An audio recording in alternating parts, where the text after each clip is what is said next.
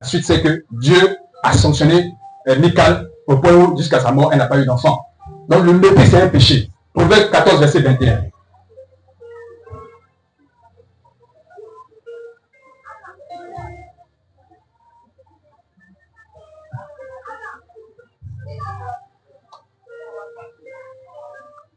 Proverbe 14. Oui, verset 21. Le verset 21. Oui. Celui qui méprise son prochain commet un péché. Mais heureux. On va s'arrêter là. Alléluia. C'est clair. Donc, quand tu dis que, comme lui il est blanc, moi je suis noir, moi je parle pas à lui, ça fait le mépriser, lui tu as commis un péché. Comme moi je suis Yacouba, lui il est sur le faux, moi en tout cas s'il est dans ma société, moi je ne prends pas les sur le faux. Tu es en train de péché. C'est un mépris. Comme mon patron là, il est moins âgé que moi je m'en fous de lui. Tu es en train de péché. C'est un mépris que tu manifestes parce que tu as établi une échelle de valeurs en toi-même sur laquelle tu t'appuies pour considérer telle et telle personne. Or, tout le monde était fait à l'image de Dieu. Alléluia. Et le mépris également peut amener des personnes à rater des visitations divines. Alléluia. Parce que toi, dans ta tête, tu te dis que tant que telle personne n'a pas telle apparence, tu ne la reçois pas. Dieu peut prendre l'apparence de cette personne-là et te visiter. Et comme toi, tu as déjà une arrière-pensée, tu peux rater la visitation. Alléluia.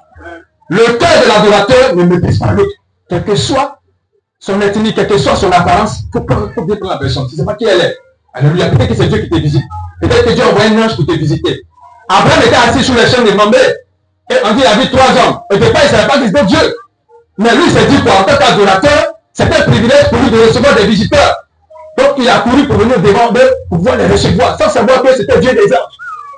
Et c'est à la suite, lorsqu'il les a bien reçus, que finalement, Dieu ouvre ses yeux, il voit que c'est Dieu même qui est venu. Et il a été béni. Dieu a dit, à cette même époque de l'année, ta femme Sarah enfantera un fils. Alléluia.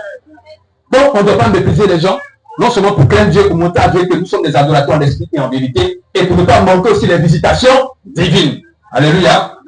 Et on peut aussi tomber dans la colère parce que tout simplement, il y a des rivalités, ou bien parce que tout simplement, on a un désir de vengeance, on veut se faire justice soi-même.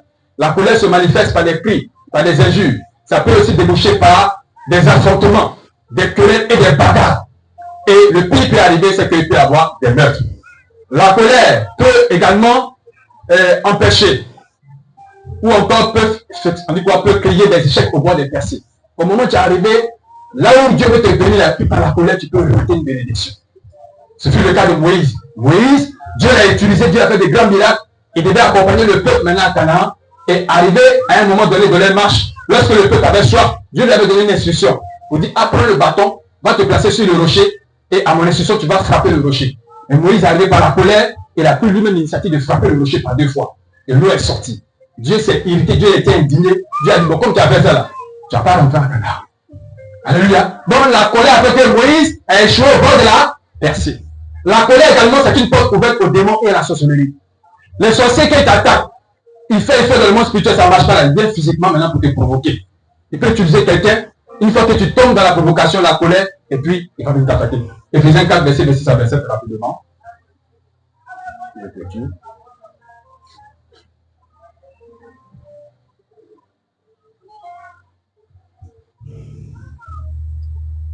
Éphésiens 4, verset 26 à 27. Éphésiens 4. Verset 26 à 27. Verset 26 à 27. Oui. Si vous vous mettez en colère, ne péchez point. Que le soleil ne se couche pas sur votre colère. Et ne donnez pas accès au diable. Alléluia, on va s'arrêter là. Donc ça veut dire que la colère donne accès au diable. La colère donne accès aux démons. La colère donne accès à la sorcellerie. Alléluia. Et lorsque également la colère se manifeste avec un tempérament colérique, ça peut créer certaines maladies également. De l'hypertension, des maladies cardiaques également. Alléluia.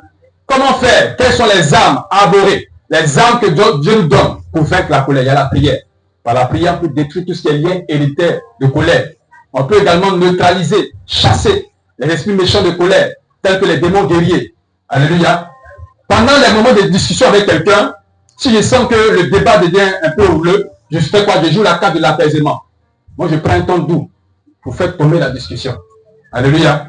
Mais s'il ne veut pas, il insiste, 2 Timothée 2, verset 23 dit quoi? Il dit éviter les discussions folles. Je me retire de la discussion simplement. C'est pas parce que j'ai peur de lui. Non. C'est pas parce que c'est une faiblesse, mais parce que je crains Dieu. Je sais qu'à ce moment précis là où nous parlons là, Dieu a ses regards sur moi. C'est pas l'autre que Dieu regarde, c'est toi que Dieu regarde. C'est toi qui es son enfant. Comment toi, l'enfant de Dieu, tu vas réagir? C'est ce que lui importe d'abord. Maintenant, quand tu réagis bien aussi, Dieu te récompense. Alléluia. Donc, parce que j'ai les regards de Dieu sur moi, je vais jouer la carte de l'apaisement. S'il insiste trop, je me retire simplement de la discussion. Les gens diront ce qu'ils veulent, mais moi, je sais que Dieu me regarde en cet instant précis. Alléluia. On peut faire également la colère en se dominant. La Bible déclare que il y a une histoire qui s'est passée entre Aman et Mardoché. Alléluia. Où les Juifs avaient été déportés en Babylonie. Et puis, il s'est trouvé que, étant là-bas, Mardoché était un Juif qui traînait comme les autres déportés là-bas. Et il y a sa nièce, Adassa, Esther, qui après a été choisie et elle a été établie comme étant la reine, en remplacement de la reine Basti. Et à partir de cela, Mardoché a été introduit dans la conciergerie royale. Et le roi avait ordonné que tous les concierges, lorsque Aman arrive, parce que Aman avait été aidé par le roi, lorsque Aman arrive, que tout le monde puisse se prosterner devant, comme on appelle ça, Aman. Et Mardoché a refusé. Alléluia. Et il va se trouver que lorsque Mardoché a refusé de se prosterner devant Aman, Aman était en colère. Mais on dit, il s'est dominé. Alléluia. Donc on peut se dominer. Tu peux dominer ta colère. Verset 32, vous pouvez lire ça après. Celui qui baisse sa colère est plus grand que celui qui prend une ville par les armes. Alléluia. Et on peut aussi vaincre la colère en faisant quoi? En pardonnant réellement. On t'a offensé, tu te dis je pardonne, il faut pardonner réellement. T'as tu dis je pardonne, hein? Mais 5 ans après, par exemple, tu dis pardonner à ça récent. Ça, on a eu à voir ça dans les règlements de conflit entre des personnes, entre des couples. Une histoire qui s'est passée depuis 2010, ça ressort 2024. Or, la personne a dit qu'il avait pardonné. Donc, tu n'as pas pardonné réellement. Alléluia. Donc, il faut pardonner sincèrement. Et puis, on peut faire la colère aussi en évitant de prendre la responsabilité de se faire vengeance soi-même. Il ne faut pas dire, comme il m'a fait là, moi je vais rendre ça aussi. Quand tu fais ça, tu es en train de prendre la place de Dieu. Tu es en train de dire que toi, tu es le juge. Alléluia. Proverbe 24, verset 29. Et puis, Romains 12, verset 29. On va clôturer le moment.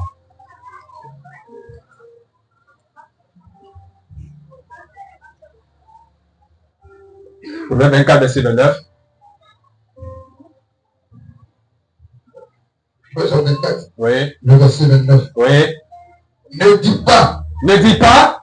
Je lui ferai comme. Je lui ferai comme. Il m'a fait. Il m'a fait. Je rendrai. Je rendrai à chacun. À chacun. Selon ses œuvres. Selon ses œuvres. Donc, je dis, laisse lui-même, il va faire ton pardon. Alléluia. Il ne faut pas te lever pour te venger. Quand tu fais ça, tu as perdu ta raison. Alléluia.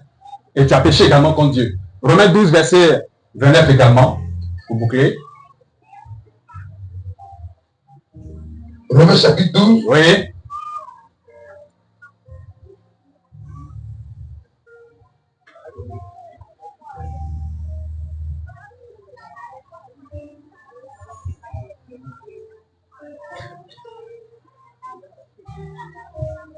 Romains 12, 29. Oui.